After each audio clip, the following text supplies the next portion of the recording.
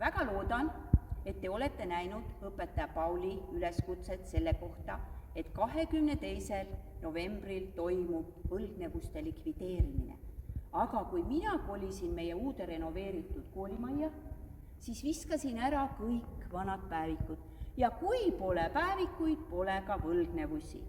Aga selle eest on mul teile sportlik väljakutse. Nimelt tahame me näha, kui kaua aega võtab kõige kiiremal vilistlasel aega peole jõudmiseks. Selleks käivitame me täna ajamõõtjad ja vilistlane, kes 22. novembril siseneb koolimaja uksest esimesena, et jõuda peole, see ongi võitja. Ja võitjale on ka auhind. Ja auhind on peoõhtu vääriline.